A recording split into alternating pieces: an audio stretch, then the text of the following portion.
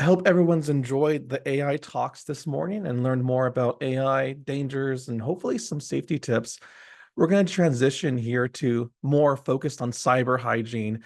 And I'm hoping by the end of this presentation, you'll learn a little bit more about cybersecurity, or maybe a nice refresher to learn more about some areas you may have been neglecting for a while. But it will be myself, Brian Vasquez, and Stephanie Garcia. And just a quick preview of what we hope to talk about today. A little bit about our department, this month's Cybersecurity Awareness Month, and several different areas about cyber hygiene and how you can actually use those for your personal and work life. Again, I am Brian Vasquez. I'm the Director of Information Security and Compliance here at CSUSB, and I started this journey here at CSUSB around April. So it's been about 6 months since I've been here, and I've been enjoying my time. It's been a blast. Stephanie? Hi, everyone. I'm Stephanie Garcia. I have been a coyote in my undergrad and now in my master's, and I have been in the CSUSB for about 5 years. Perfect. And I guess I should also add too, I am also an alumni of CSUSB. I did a master's here, and I was also a National Science Foundation Scholarship for Service awardee. So our department is information security compliance. So we do have two distinct functions. One is focusing on regulations and risk, ensuring that we meet federal, legal, state, all those different requirements, and that we're doing it in a above board manner. And the other part of the equation is we are responsible for operations of security. That includes vulnerability management. And that would also include, if there's ever an incident on campus, I'm knocking my hand on wood every day, that doesn't happen. We will be responsible for that triaging and response. And if you didn't know, October is National Cybersecurity Awareness Month. And this year's theme, there's 4 focus areas: password best practices, multi-factor authentication, phishing attacks, how to recognize those, and also software updates. And each of these focus areas will be discussed at length during the presentation. So for example, if you don't know what MFA is, we'll talk about that as we progress through the presentation. And without further ado, cyber hygiene, here are some actionable tips. And to start this off, I'll lead it over to Stephanie, where she'll talk about how to recognize and respond cyber threats. Thank you, Brian. So to be able to recognize these threats, we must know what they are. Social engineering is the tactics of either manipulating, influencing, or deceiving an individual to gain control over their computer system or any other website that they might be using to steal either personal, financial, or any other type of sensitive information. It's actually considered to be one of the top methods for cyber attacks, making it crucial and imperative that we understand and recognize these tactics in our daily lives. Some examples of social engineering that we will see today will be phishing, which is a tactic that uses deceptive emails that appear from trusted sources, either with malicious links or attachments. There's also pretexting, another tactic that looks to gain access to sensitive information by creating either a false identity or a scenario. There's also baiting, another tactic that uses a false promise to lure a victim into a trap by either offering free downloads or infected USB drives. If you ever come across any email that you suspect might be social engineering tactic, always verify the type of request through official channels. But overall, the best way to be able to identify these attacks is by staying up to date on the latest threats or best practices, and that includes your training. There are many resources you can refer to for the latest cybersecurity news, such as the Hacker News and then Cybersecurity Essentials. But of course, don't take our word for it. You can either find your own resources, such as blogs, social media, online webinars, online courses, games, and many more just by doing simple Google searches. Fortunately for our staff and faculty members, you can always find training resources on a variety of cyber hygiene topics by accessing your CSU Learn account under the My Employment tile in My Coyote. So we finally learned how to be able to identify these tactics.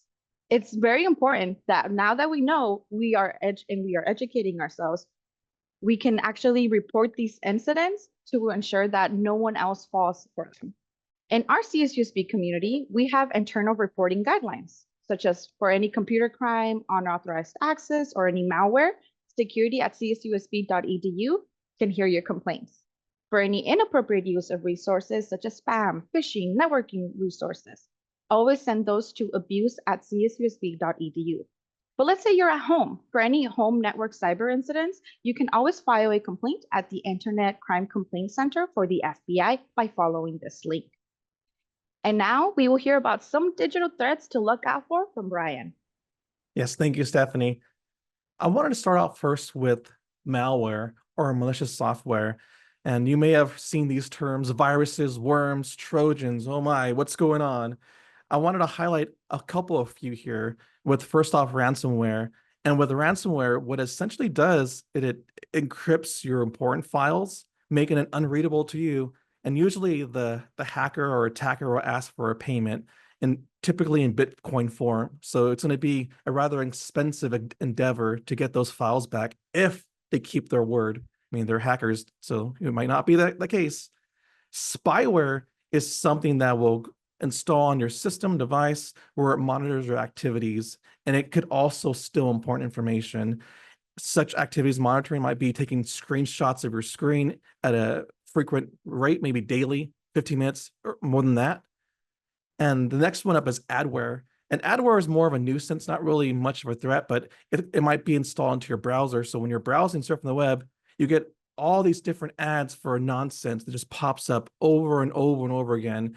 It might exhaust your system resources, so it could crash your computer, but it's more of a nuisance rather than trying to steal your information. And then lastly, rootkits, which I think is part of the worst of all of these, is that it's at the root level of your computer device, or if this hacker is able to get rootkit on your workstation, they can access and do anything just like you at your work. It's basically they're at your workstation and they can do whatever they want. So you might be asking yourself, well, how does malware spread? Typically, it's going to be from an affected website, or as Stephanie mentioned earlier, from an email. And that's going to be some sort of user interaction where you download a file and then it's on your system. So what are some defenses against that? Well, be overly cautious about what you're downloading. Ensure you trust where you're downloading that file from, either the sender from an email or the website if it's trustworthy. And, also use reputable antivirus software. And I'll talk more about that in just a second. And ideally, keep all of your software updated, because that's the number one threat factor that is going to play here that hackers and attackers use. If there's a hole in your operating system or application or software, that's where it's going to be. And updates will help with that. Moving over into email security, to protect your inbox, use strong passwords. And we'll talk a little bit more later what a strong password is. Enable MFA for your, I would say, all accounts, not just email. And if you're a student or staff right now, then you might already know what MFA is. It's dual security. So when you log into MyCoyote, you get this code or authentication link where you click. That's essentially what MFA is. And also, this might not be on your radar, but regularly monitor your email account activity. For example, in Google, there should be a space where you can see where you logged in from. And if you see a suspicious login that's not in your general area, say it's across the world, that might be something to look into. And you can report that to Google. Some helpful email tips. Always be cautious of open attachments and links, because that's where a file that's bad will be at. Instead of using email for sending sensitive information, consider using a cloud storage device or solution like Dropbox or Google Drive, something that's approved either by your employer or that you trust. And it's helpful to also know what are phishing attempts. And I'll get to that in just a second. Lastly, if you suspect that your email has been compromised or you have an email threat in your inbox, again, you can always report to us at abuse@csusb.edu, or if you work elsewhere, I'm sure your IT department has a relevant email contact. And if you think your email account's been compromised, change your password immediately, because once an attacker has gone hold of your account, they can do whatever they want. And your best course of action is to stop that immediately. So going more about phishing, what is it and why? Phishing are fraudulent emails crafted to manipulate your emotions. So either for financial gain or sensitive information. Imagine, like, For example, you're walking into a place, right? There's someone right behind you. You want to open that door for them because otherwise you'll feel bad, right? It's the same type of an interaction here. They're going to send an email, pull at your heartstrings. Oh my gosh, I need this donation or something to get you to click on a link or send money because they expect you to have this social protocol in place. And here on this slide, I have 6 red flags that I think could spot any type of phishing email. In the past, IT would say, is there a misspelled word in the email, or does it sound like the tone's off? We can't we can't work on that anymore because now attackers can use AI to craft their emails so it looks just like a regular email. So with these 6 red flags, if you consult these, if you're constantly thinking about this as you're opening email, you should be able to thwart or even identify a phishing attack. So the first red flag is the email unsolicited? Were you expecting it in your inbox? Secondly, is there a sense of urgency? Act now, matter of time, those kind of words. Usually the phishing email will have links or attachments. So always be wary of links or attachments. It's also possible that they request sensitive information in the email, or they might ask for a gift card transaction or some other monetary transaction. And lastly, there might be a display of authority, meaning that they might craft an email that might be from a trusted person that you would talk to normally. So in this example from DocuSign, where red flag number 1, is there an unsolicited email? Of course, there's no Dear Brian, Dear Stephanie. It's just a new email address. Red flag number 2, is there a sense of urgency? There is. Security information has changed. Oh my gosh, I got to act now. Something bad happened, right? Is there a link or attachment? It's kind of hard to see, but there's this verify activity link where if you go there, it might go to a phishing site that steals your credentials or passwords. There's no request for information or monetary transaction, but there is a display of authority, being that it looks like it's coming from DocuSign.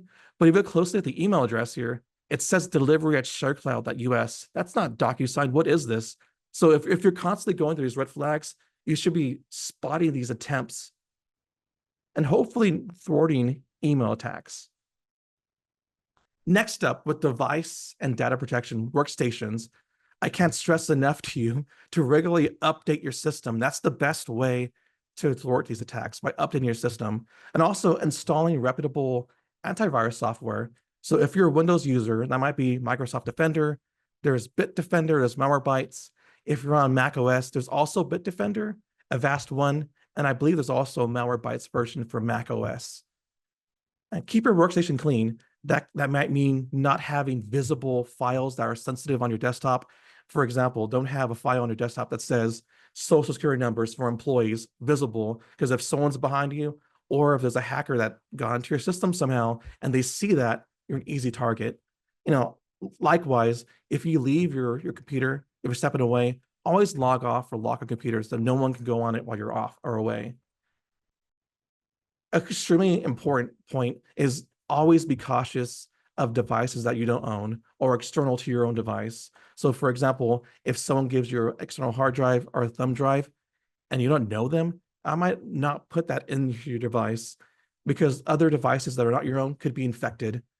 There is a way to stop that type of attack vector. It's called a USB condom, where you put it between your device and your computer. It's supposed to block all data transfer, but that's only if you want to charge your devices. And also be wary of connecting any of your personal devices to any of your work devices, because if your personal device is already infected, you could then compromise your work network. So if you plug in your USB thumb drive that you own into your work laptop or work computer, that's always also a risk. And lastly, if you do see that there's suspicious activity on your computer, maybe your cursor's going by itself, or just slow when you open up your task manager and you see all these different processes that doesn't make sense, you can always email security@csuSB.edu if you're staff, faculty, or student. Or if you work somewhere else, again, there's usually an IT support email address you can email. Mobile devices, you don't really think about that much, but it is a pocket computer that you always have with you. Some simple tips: use a screen lock. That way, no one can see what you're doing on your phone. So I have a screen lock here. So if someone was to walk by, it just says blank, blank, blank. They don't know what the message is. Use a strong password to unlock your phone, more than just a PIN code. You don't want 1 2 3 4 as your password. Make it actual like letters and numbers. If you have a capability, enable remote write. So if your students are, if you're a staff or faculty here, any device you have will have remote wipe. For your own device, there's also an option to like find your phone usually, and that might help if your phone's stolen or misplaced. And then regularly back up your phone. There might be times where you do an update or you download something to your phone and then your phone crashes. If you have that backup, then you can get back your resources you lost. I can't stress this enough. Keep your device updated. Update.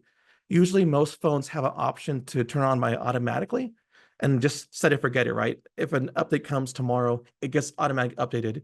If you don't want to have that option enabled by default, I would install promptly within a day or so of getting a software update alert. And then lastly, this might be an area that not much folks think about, and that's actual apps. Apps aren't your friends in some cases. So if you jailbreak your phone, that's where you have the ability to do more to your phone than normal. There can be cases where an app is a malware. So I would say if you own an iPhone or an Android phone, download apps from those formal stores, the Apple Store, Google Play Store. Those have been vetted in most cases. It won't have malware, but also be wary of what those privacy settings for those apps are doing. So, for example, if you download an app that's just a game, maybe it's Tetris. What's that app asking for? Is it tracking your location? Is it asking for microphone access? Is it trying to turn on your camera, trying to access your photos? If it's a game, why does it want all those other things? Should your smartphone game be tracking where you're going?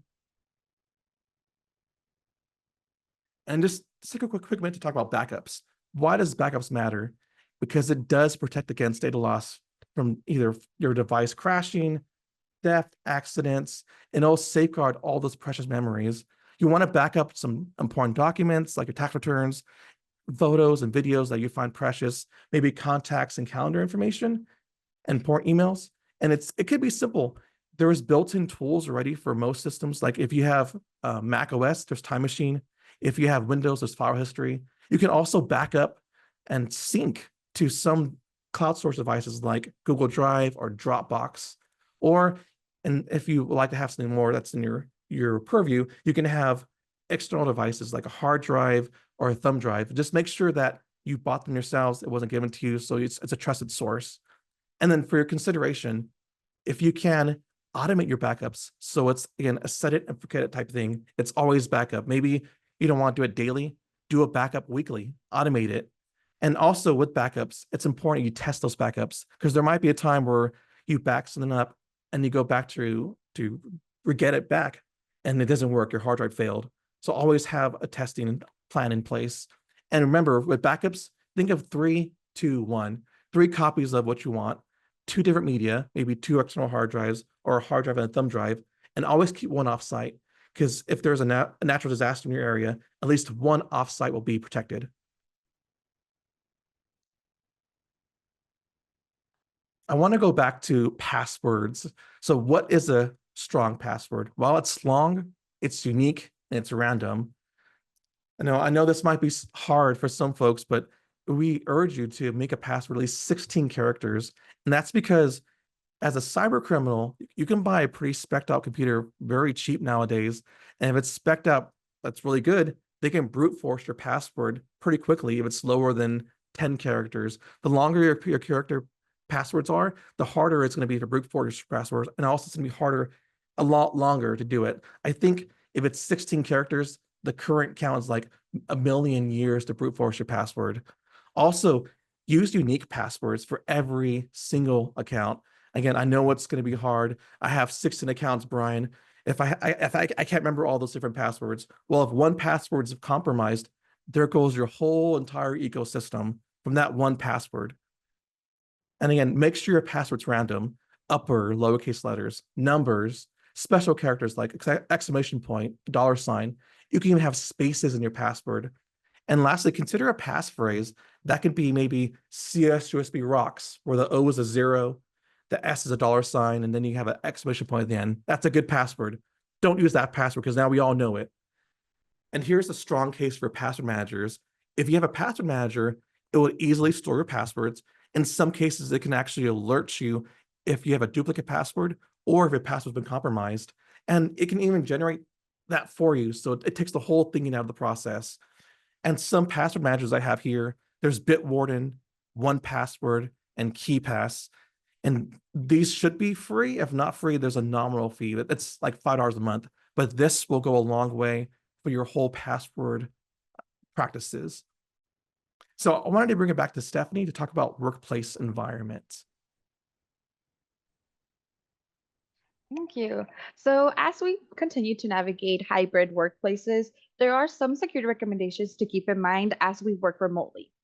For our CSUSB faculty and staff, working remotely on a university device using a virtual private network or a VPN will be more secure when connecting to either websites or your MyCoyotes or any other work networks. If you have a university device, you can find the university vetted VPN in your software center application in your work laptop. If you're having any issues, or you can always contact or visit the technology support center. They're very helpful down there, so they might be able to help you out. But there's also securing your Wi-Fi with strong encryption. Securing your Wi-Fi at home can be very easy. Actually, most modern routers support it. The users can easily enable it by going through your router settings. And even to further secure your Wi-Fi, we can always encourage enabling a separate guest network for visitors. This will keep the main network safe for your home working from home routines, but it will have a separate guest network, especially useful for whenever there's friends or families that visit and then they need Wi-Fi access. Of course, always keep your work and personal devices separate. Make sure that where you use your work laptop to go ahead and work remotely from home, and then use your home to only do like personal. And then, as we all know, we always use public places, or mostly our students or individuals working in public places, such as like a Starbucks, a Panera, or any other type of coffee shop.